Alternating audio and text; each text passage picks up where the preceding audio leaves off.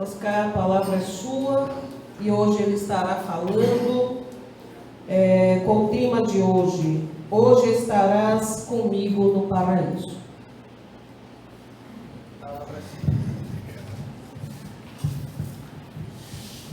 Olá, boa tarde a todos e a todas. Jesus nos abençoe. É sempre uma alegria estar aqui com os queridos amigos do Nebom, em especial nesse mês de dezembro, que é o mês dedicado à figura de Jesus, ao Espírito Jesus, ao Mestre do nosso planeta, o nosso guia, o orientador do planeta. Então, um mês que, principalmente, as casas espíritas ficam muito assim, mais ligadas, os temas são mais ligados ao Evangelho e à figura de Jesus.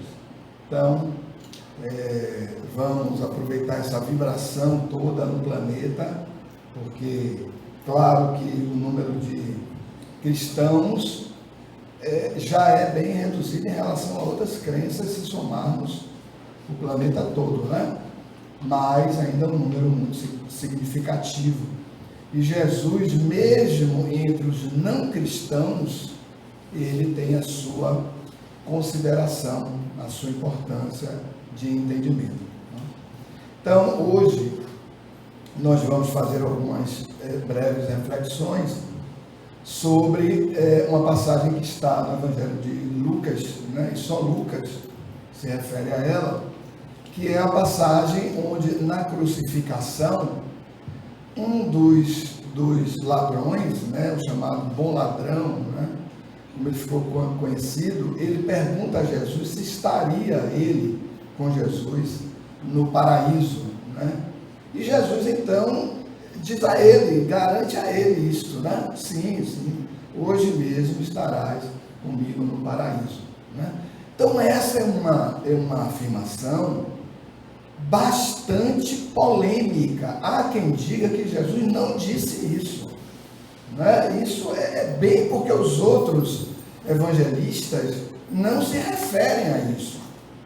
Então, há muita discussão sobre essa passagem. Eu confesso a vocês, até não sei nem porque eu escolhi essa passagem, que vocês permitiram a escolha da passagem, aí me intuíram para falar sobre isso, Então, notem que, na verdade, só Lucas fala sobre isso. Mas quem argumenta que Jesus não disse isso, diz o seguinte: Lucas não conviveu com Jesus. Não conviveu. E por que os outros não disseram? E alguns ainda dizem mais, porque dos discípulos, só João estava na crucificação, ou seja, só João teve coragem, para ir, porque não é brincadeira, Você seguir com ele não é brincadeira, e só João seguiu com ele até esse momento, e João não se refere a isso, deveria ter se referido. Então, notem que nós estamos aqui, na verdade, tratando de um tema bastante complexo, polêmico, discutível, e que, de certo modo, até viola um pouco a lógica de um processo de entendimento segundo o qual é necessário, não se alcança o céu gratuitamente.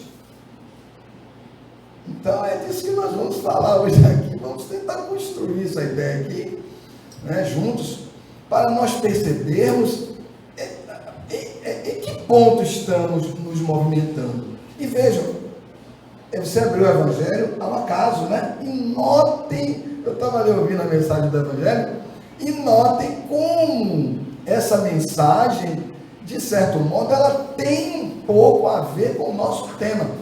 Está no capítulo 5, item 22, Se fosse um homem de bem, teria morrido, E aí nós vamos perceber como os Espíritos vão explicar essa passagem e dizer que, na verdade, não é bem assim, Ou seja, notem a ideia que ele no capítulo 5, os Espíritos estão trazendo.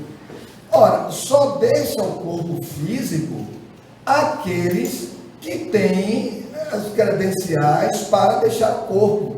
Porque, de regra, no nosso nível de evolução, nós estabelecemos essas idas e vindas para o corpo. Agora estamos no corpo, né? Mas um pouquinho na frente não estaremos mais, né? Já vamos deixar o corpo, porque é necessário que se deixe o corpo.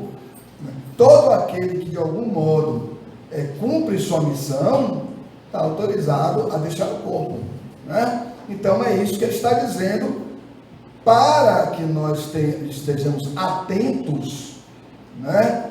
Vigilantes, né? Orai e vigiai. Olha o sistema perfeito que Jesus trouxe, que vale para tudo, né? Então estamos atentos ao seguinte: não podemos fazer uma avaliação sobre ninguém, sobre nada.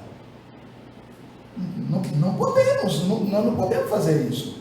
Porque, primeiro, nós não conhecemos a história daquele espírito, não conhecemos em que ponto evolutivo ele está, né? Não sabemos quais são as experiências necessárias para o desenvolvimento dele. Às vezes a experiência necessária para ele é uma patologia grave. Olha, você vai ter que reencarnar numa condição muito grave, porque isso vai estabelecer para você um determinado impacto necessário para que você desperte sobre alguns pontos, né? Então, note que nesse texto ele vem casar certinho com essa passagem de Lucas, né? Aqueles que chegaram agora, né? É uma passagem que está em Lucas, na crucificação, ou algumas pessoas chegaram, e nós vamos falar quando Jesus diz a um dos criminosos que estavam sendo crucificados, né, junto com ele: hoje mesmo estará comigo no reino, né? Então, primeiro ponto, se trata de um criminoso, em outras traduções de um malfeitor, que quer significar mais ou menos a mesma coisa. Do ponto de vista da linguagem, das tradições religiosas, um pecador também se ajusta a essa situação, né? Tudo que represente o indicativo de violação à lei, né? Tudo que indique que aquela pessoa está sendo punida no nível humano, né? Pela violação à lei. Jesus era a exceção daqueles três que estavam ali, né? Porque ele não havia violado nenhuma lei. Ele apenas estava ampliando o entendimento da lei. E isso, para um espírito da condição do Cristo, vai ser sempre algo incompreensível para todos nós. Por exemplo, aqueles que escrevem contra essa passagem simplesmente não aceitam, não concordam. Como poderia um indivíduo que praticou atrocidades, naquele momento, ele receber esse benefício, vamos usar essa expressão, de estar no paraíso? Então é isso que nós vamos examinar hoje aqui. E sempre se torna mais grave a situação quando nós avaliamos alguém, quando esta pessoa é um malfeitor. Sempre a situação dele será a mais grave. Porém, precisamos estar atentos à ideia que Emmanuel traz sobre o conceito de paraíso. Livro Pão Nosso, capítulo 81. Emmanuel, Pão Nosso, é uma psicografia de Chico Xavier, e o Espírito Comunicante é Emmanuel, né? Então, Pão Nosso, Emmanuel, ele vai dizer que a passagem é sim válida. Aí nós já temos um problema, porque ele vai dizer: não, a passagem é válida, ele analisa a passagem. Agora, o que é que ele esclarece, Emmanuel? O que Jesus faz ali é ele renovar a ideia de paraíso. Ele está renovando em nós a ideia de paraíso, porque nós não estamos ambientados a graus. Nós somos assim, é certo ou errado, né? É dia ou é noite, né? Nós somos assim, nós somos, vamos dizer assim, sectaristas nesse sentido, né? nós criamos compartimentos para tudo, onde as pessoas, as coisas têm que se encaixar ali. Nós não temos uma compreensão fluida. Normalmente somos mais rigorosos. Nós precisamos e lutamos para sermos exatos. A exatidão é como se ela, de alguma forma, nos livrasse da dúvida. Eu não sei se estou me fazendo claro, no geral nosso. Então, se não é certo, é errado. Não é que não seja certo, é errado. Nós precisamos ver os graus. Em tudo há graus. Então, é nesse sentido que Emmanuel vai nos esclarecer a todos de que o que Jesus estava dizendo ali, na verdade, não é que ele vá para o céu. Esse paraíso, ele é um paraíso marcado por uma melhoria da sua condição espiritual. É isso que ele quer dizer. Se nós estivéssemos em um lugar e estivesse em cima de nós assim, um lugar bem fechado, estivesse em cima de nós assim, 100 quilos, né? Meu Deus, eu não estou aguentando mais isso aqui, são 100 quilos. Aí alguém vem e diz, olha, meu, o cara tem 100 quilos em cima desse cara aqui. Olha, eu também não tenho condição, mas eu vou tirar aqui uns 30 quilos. Aí aquilo suspende um pouco. Meu Deus do céu, eu estou no paraíso. Por que estava com um peso de 100? Passa agora só receber uma pressão de 70. É uma melhoria significativa.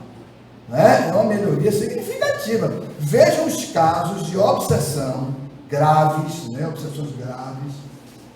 Obsessão, que é a influenciação de uma mente sobre a outra, no nosso nível evolutivo, é comum.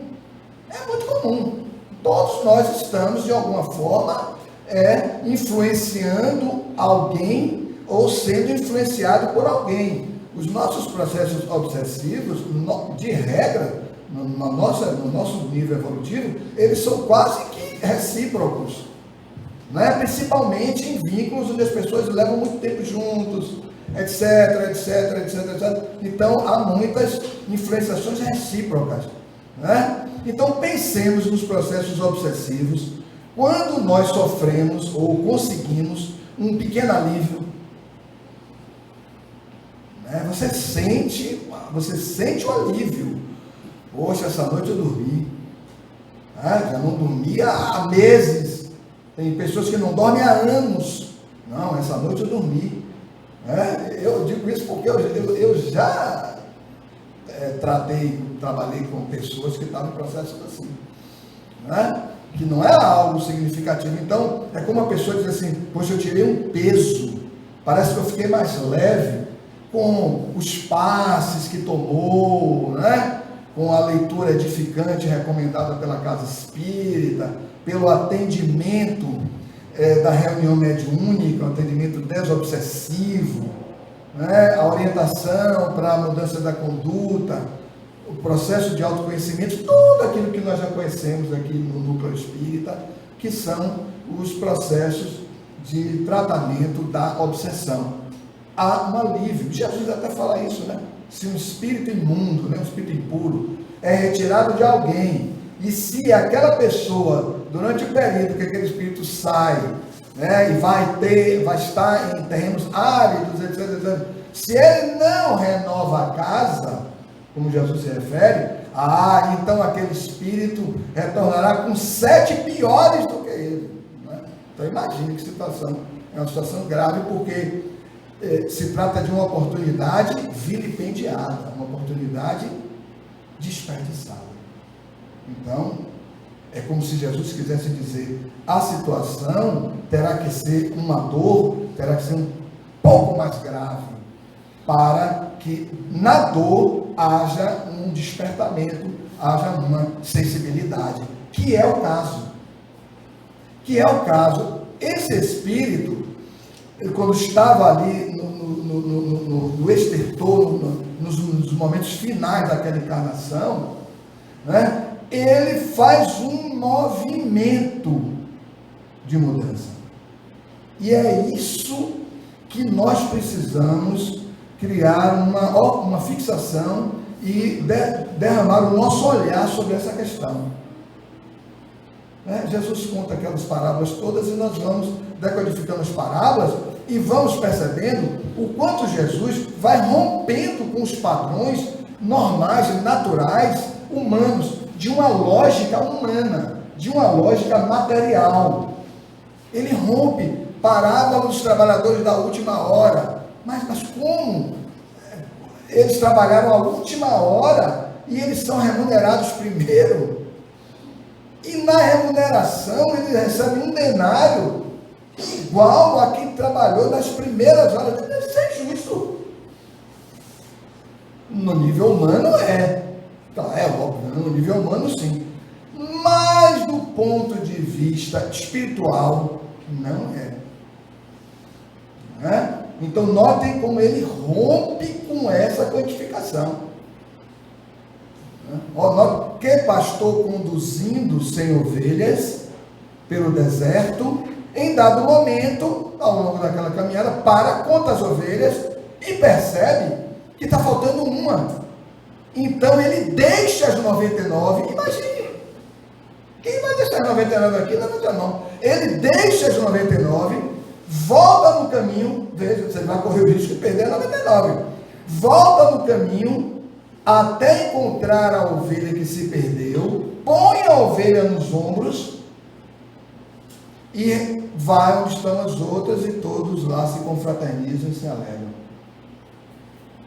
Quer dizer, há uma ruptura.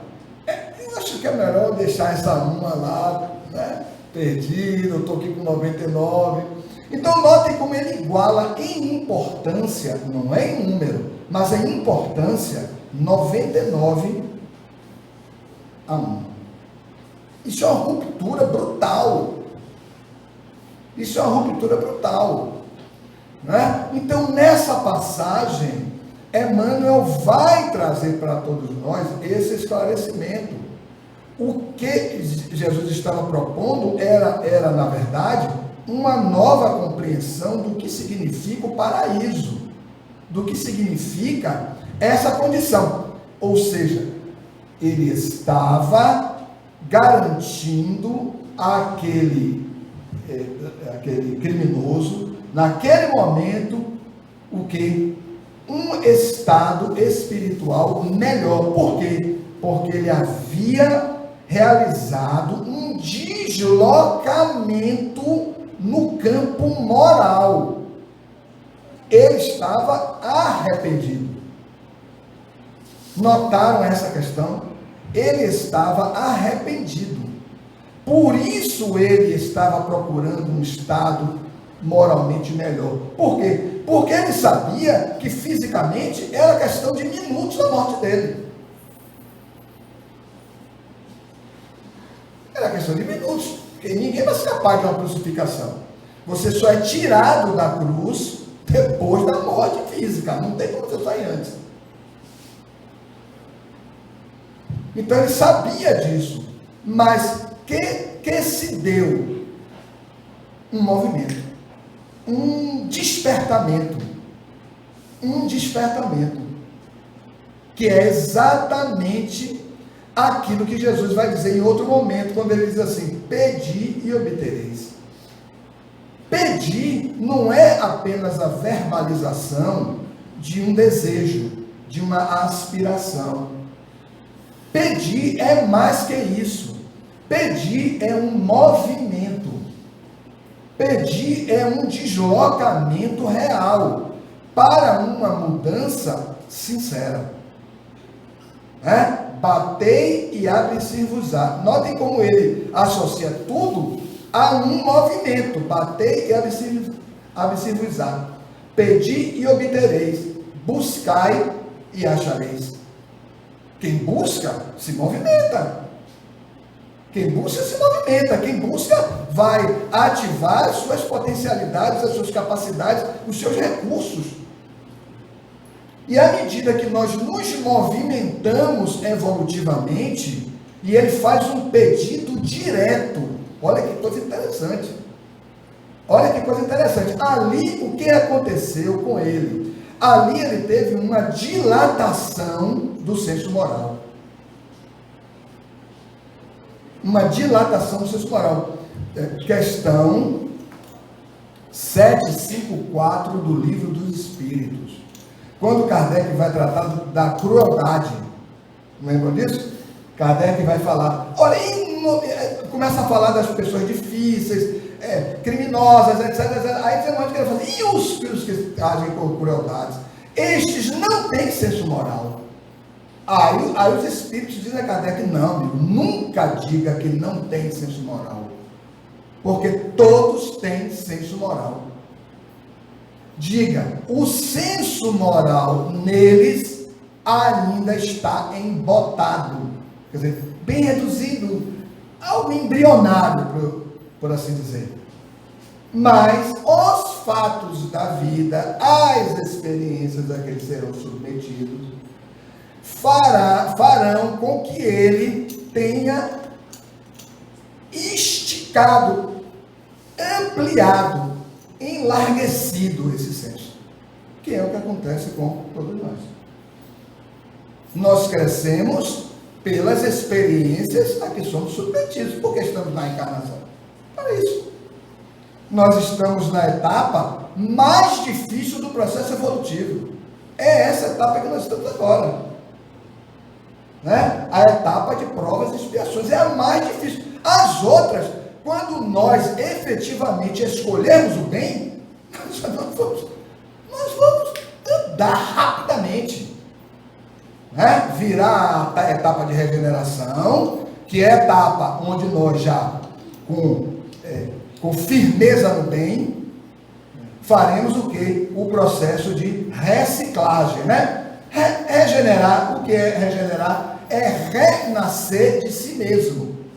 É você tomar dos próprios recursos seus, que nós não enxergamos agora com muita nitidez, não enxergamos, e aí brigamos por coisas, brigamos com pessoas, dificultando a vida de pessoas, porque não enxergamos que nós temos os recursos todos nossos, e que quando lutamos com alguém, ou entramos em refrega, em disputa com alguém, por algo, por qualquer coisa da vida que seja, o que estamos fazendo? Nós simplesmente não estamos fazendo isso porque não compreendemos que cada pessoa tem o seu lugar no universo. Não é só no mundo, não. No universo. Porque somos únicos. Nós somos únicos. Não há uma outra pessoa igual a gente. Não há outra individualidade, né? Porque aqui nós vamos deixar esse corpo, essa personalidade, como já deixamos outras personalidades nas encarnações para trás. E teremos outras personalidades na frente, com certas características, seremos submetidos a experiências e profissões e tudo que não tivemos ainda, porque precisamos ter a dimensão e o conhecimento essencial, a matriz de determinada área, e aí podemos repetir até algumas encarnações naquela área para fixarmos aqueles pontos ali, e vamos seguindo, porque o Espírito, ele também avança em razão do conhecimento. Precisamos conhecer a obra para conhecer o autor. Né? Conhecemos a obra, as leis que regem a obra, num mundo tão materializado quanto o nosso. Quais são as leis? Bom, as leis temos que conhecer. Porque conhecendo a obra, nós passamos a conhecer o autor e criar um entendimento sobre ele, sobre Deus, que é o construtor, né? É o autor de tudo. Então o Espírito é nesse sentido que Emmanuel vem lançar luzes importantes sobre isso, para pacificar mesmo essa questão. Naquele momento ele teve dilatado o seu senso moral. A dilatação do senso moral dele foi em graus muito, não. E é para não ser mesmo em graus muito. É para ser a miúde. As coisas vão surgindo nas repetições, nas experiências, e de grau em grau nós vamos nos apropriando daquilo que é compatível com o grau necessário que nós alcancemos. Né? Nós avançamos etapa a etapa. porque as experiências também não podem ser concedidas ao Espírito todos de uma vez, não suportaríamos. Imagine, temos um passado a espiar, temos um futuro a conquistar. Como é que eu vou fazer isso de uma vez? Não tenho como fazer isso de uma vez. Então, o que Jesus pontifica ali é uma lei. Ali é uma lei. É um episódio muito semelhante ao episódio da mulher que entra na festa, lava os pés de Jesus com perfumes caros, óleos caros, e enxuga os pés de Jesus com os próprios cabelos. Vocês lembram dessa passagem, né? Aí o dono da festa diz, se ele fosse o profeta que todos dizem que ele saberia que essa mulher é uma mulher impura. Lembra dessa passagem? Aí Jesus escuta, dizendo, meu amigo, você me convidou para essa festa, eu aqueci o seu convite, eu vim de longe, fiz uma caminhada longa, você não me deu água para lavar os pés, que era comum naquela região, porque tudo era estrada de pó, de barro, né?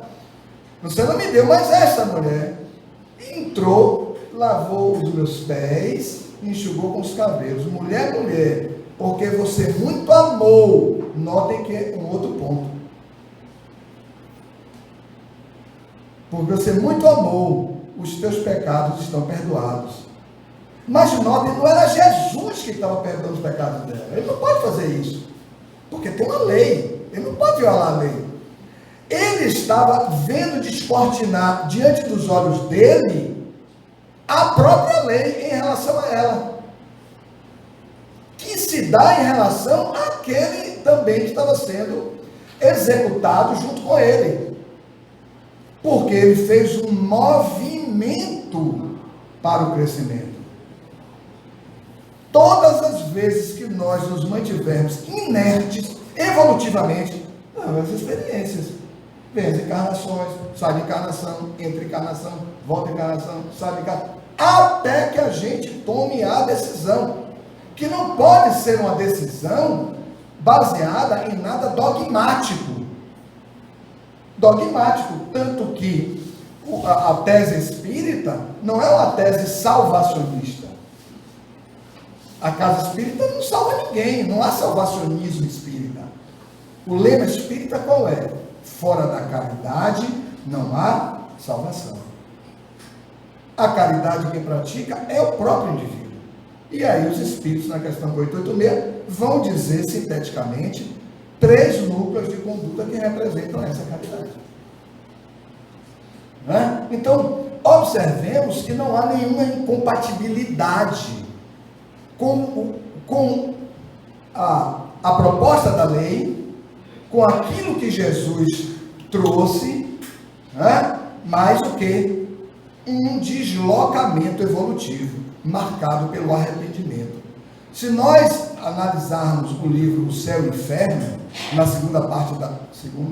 primeira parte da obra, lá no finalzinho da primeira parte, Kardec vai apresentar 33 itens que ele vai denominar de Código Penal da Vida Futura.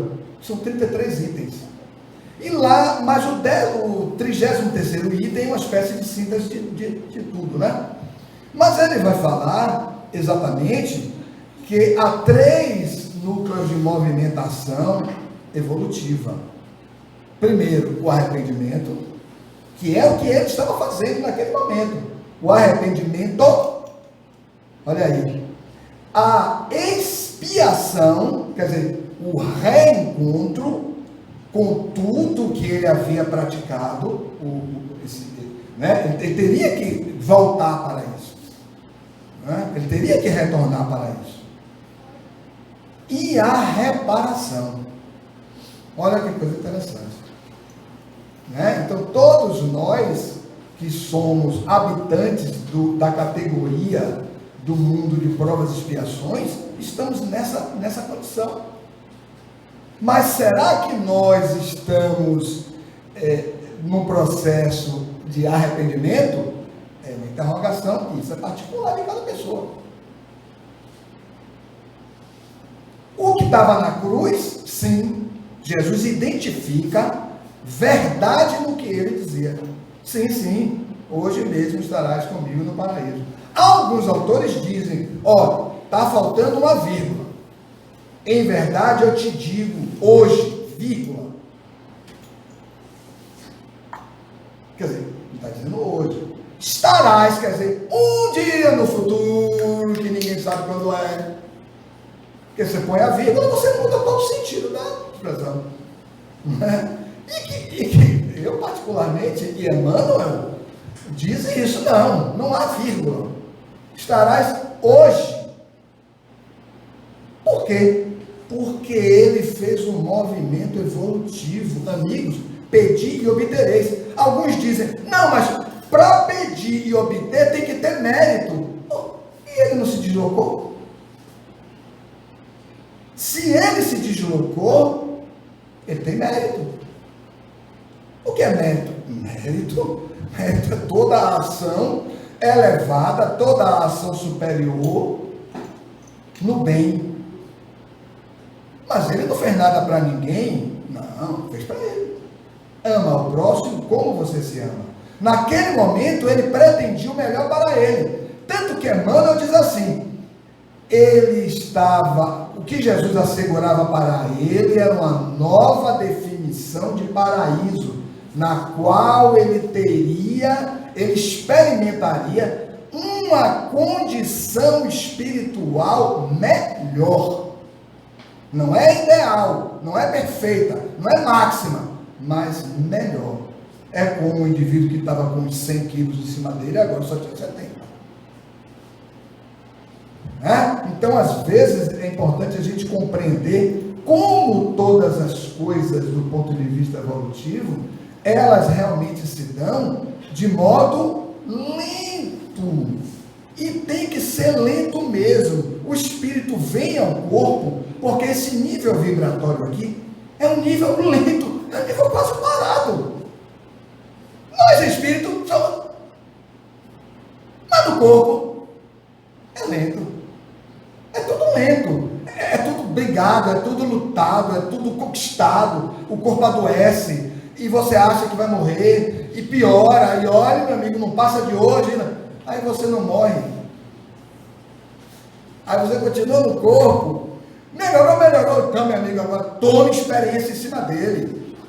Porque aquela quase morte era uma advertência. Os espíritos falam isso.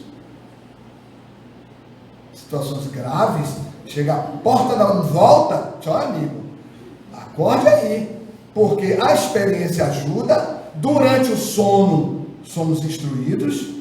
É oportunidade que espíritos familiares têm de conversar com a gente. Eles estão no mundo espiritual, torcendo, orando, apoiando, sabem dos momentos graves da encarnação.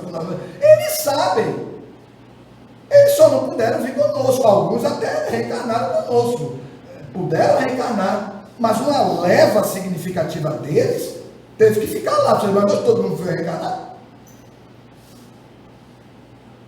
Então, há toda uma dinâmica muito especial e profunda dentro dessa realidade espiritual. Não imaginemos apenas que toda a dinâmica que conhecemos é essa que conseguimos perceber, não. Segundos, amigos, segundos representam séculos. Segundos para tomar uma boa decisão pode representar séculos de dor que nós vamos poupar. Rapaz, eu não vou fazer isso não. Não, mas ele tem que fazer. Não, eu não vou fazer. Tomar uma decisão. Pode lhe poupar séculos de sofrimento. Mas só foi um segundo. Mas nós não vimos que Jesus rompe com as quantificações o tempo inteiro? Ele rompe com as quantificações para dizer a gente, meu amigo, não seguir muito pelo que é material. Aí é um nível que vocês precisam experimentar ainda, porque é um nível de entendimento do campo mental de vocês que é pequeno mesmo. Tem que dormir, o corpo tem que descansar, mas em espírito, o espírito não dorme, não descansa.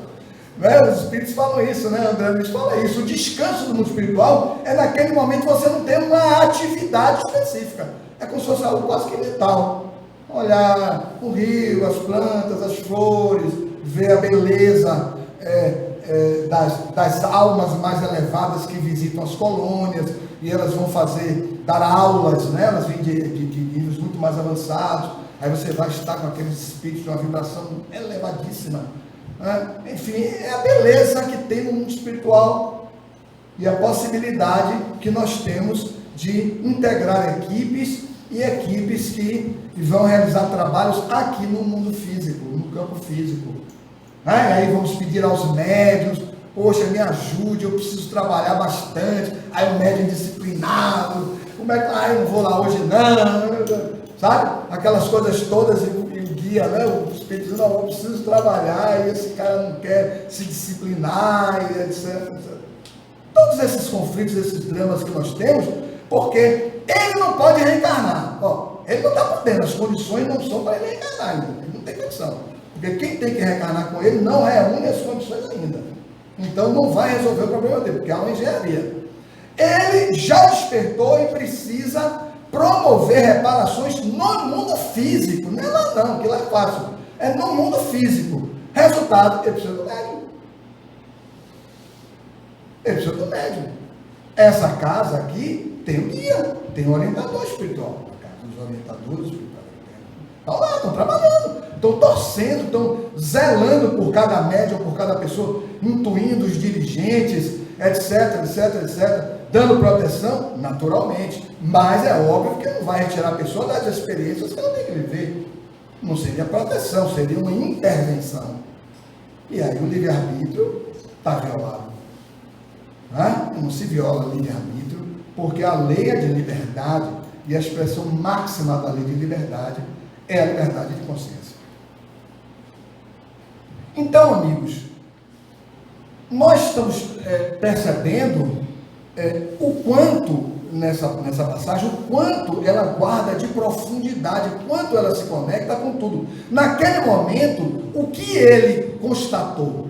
Ele constatou: a minha vida eu desperdicei. Isso foi o que ele constatou. Olha que coisa interessante, ele constata: eu desperdicei a minha vida. Isso pode acontecer com qualquer um de nós.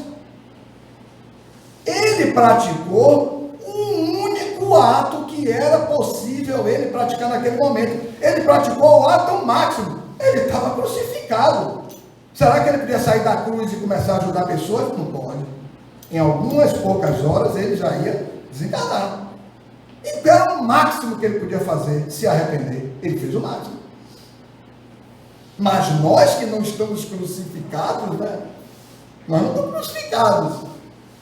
Não é isso? A nossa crucificação qual é? É o conjunto das experiências que a vida nos dá para nós realizarmos. Assim? Todo aquele que quiser viajar, renuncia aos seus pontos de vista, que são pequenininhos. Os meus são os mais largos, os mais dilatados, né? É o ponto de vista de um Cristo. Não tem nem como comparar. As conclusões que eu chego, que são sempre conclusões de julgamento, com as conclusões do Cristo. Renuncie a si mesmo, tome sua cruz, ou seja, tome seus deveres e siga-me. Aí eu pergunto a vocês: ele estava indo para onde naquela hora? Para ser crucificado. Quem foi lá? Só João. O resto do povo não foi. Não é? Então, notem como ele previa, sabia, conhecia a própria alma humana. Tanto que no seu processo na sua pedagogia, ele antes relata tudo o que aconteceria e diz: olha, serei julgado, serei crucificado, mas retornarei ao terceiro dia. Fiquem atentos aí. Porque havia uma necessidade, e ele dá 3 dias de dúvida a princípio. Isso é um ponto muito significativo, viu? Ele dá 3 dias de dúvida. E os caras ficam na dúvida. Aí quando vem a notícia, né? Não, ele, o mestre. E aí ele aparece fisicamente, quer dizer, materializado. Aí validou neles o quê? Todo o ensinamento que Jesus havia dado. Olha que pedagogia, olha que coisa, Cristo tem condição de fazer isso. O que é que ele faz? Valida tudo. Aí tudo que estava aguardando internamente, do campo de vista moral, neles, para firmar uma fé, se concretiza. Ele podia ir embora. Não, fica aí, eu vou voltar no terceiro dia. Isso é muito especial. Isso é muito especial.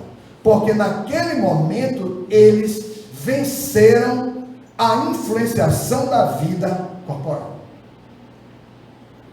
E aí eles se abrem em espírito.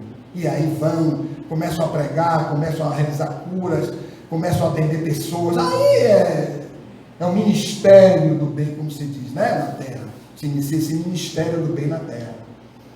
Mas tudo fruto de um perfeito processo educativo que ele empreendeu.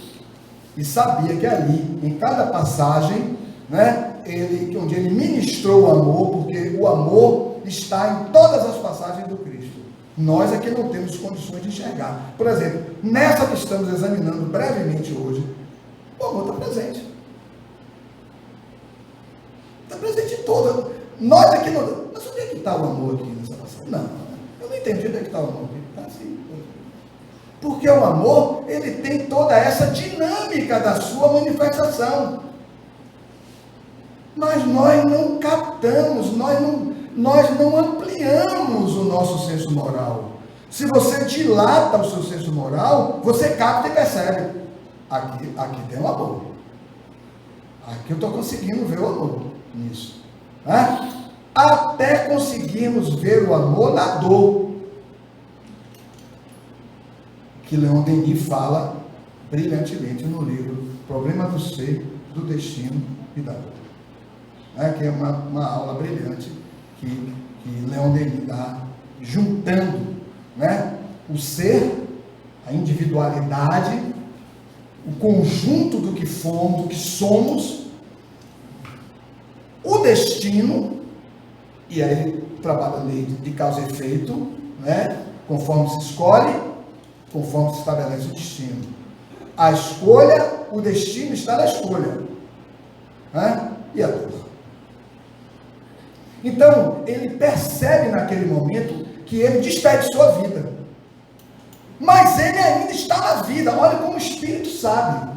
O Espírito sabe disso. Ele então se apressa logo em pedir ao Senhor, indagá-lo, se poderia estar com ele no céu. Porque em espírito, o Espírito sabe. Essa é a nossa distinção, a nossa diferença. Nós, quando estamos encarnados, nós focamos tudo na persona, na personalidade. Nós estamos egocentrados, estamos centrados no ego. Então, tudo é ligado a essa expressão. Mas em espírito, sabemos. Então, essa consciência espiritual, ela se manifestou para ele. Né? Naquele instante ele disse, poxa, antes de morrer eu tenho que dizer isto.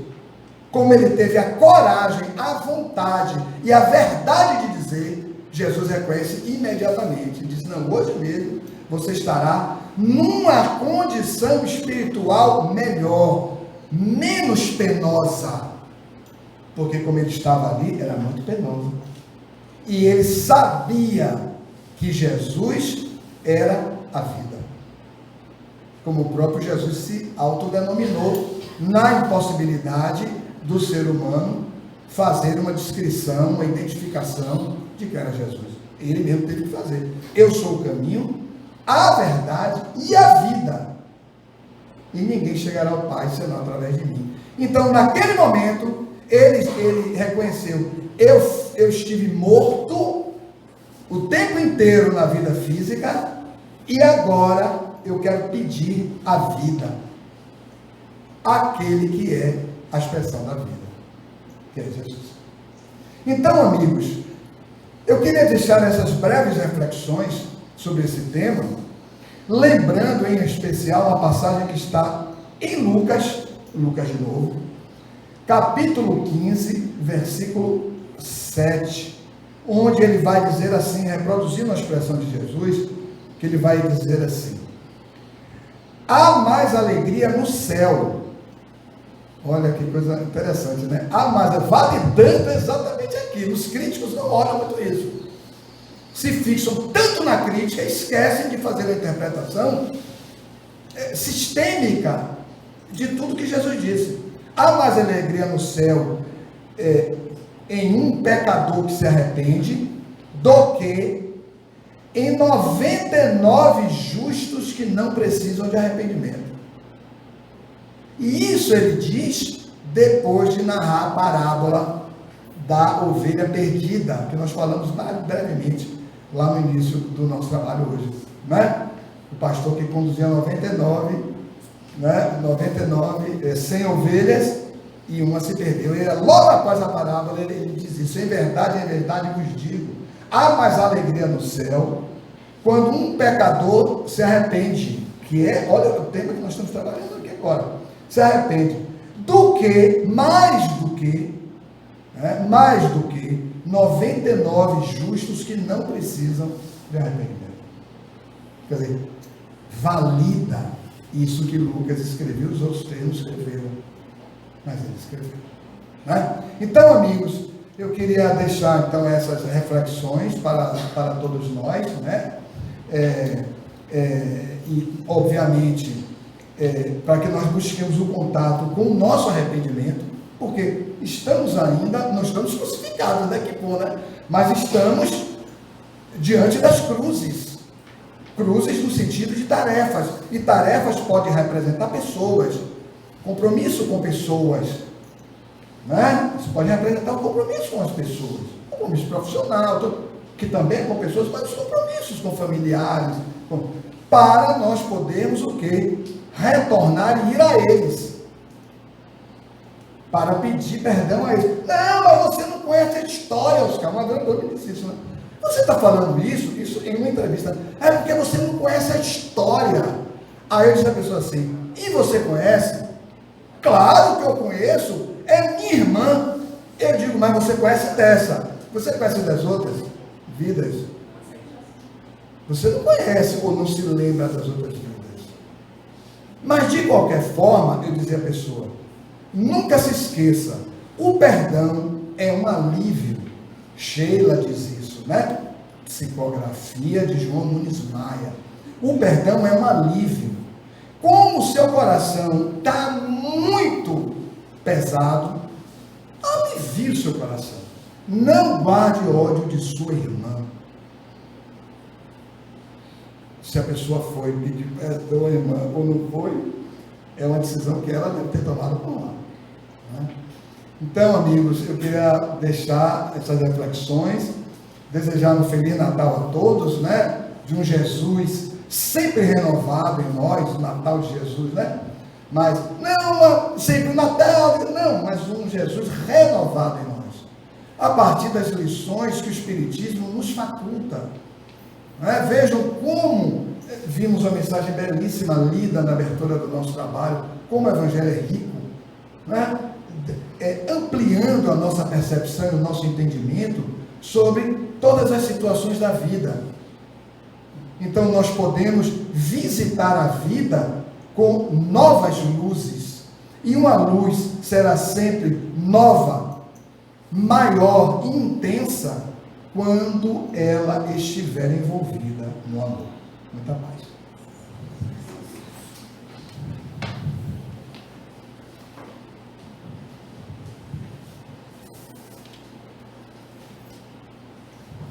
Que movimento mental, né? Em nome do Lepom, expresso gratidão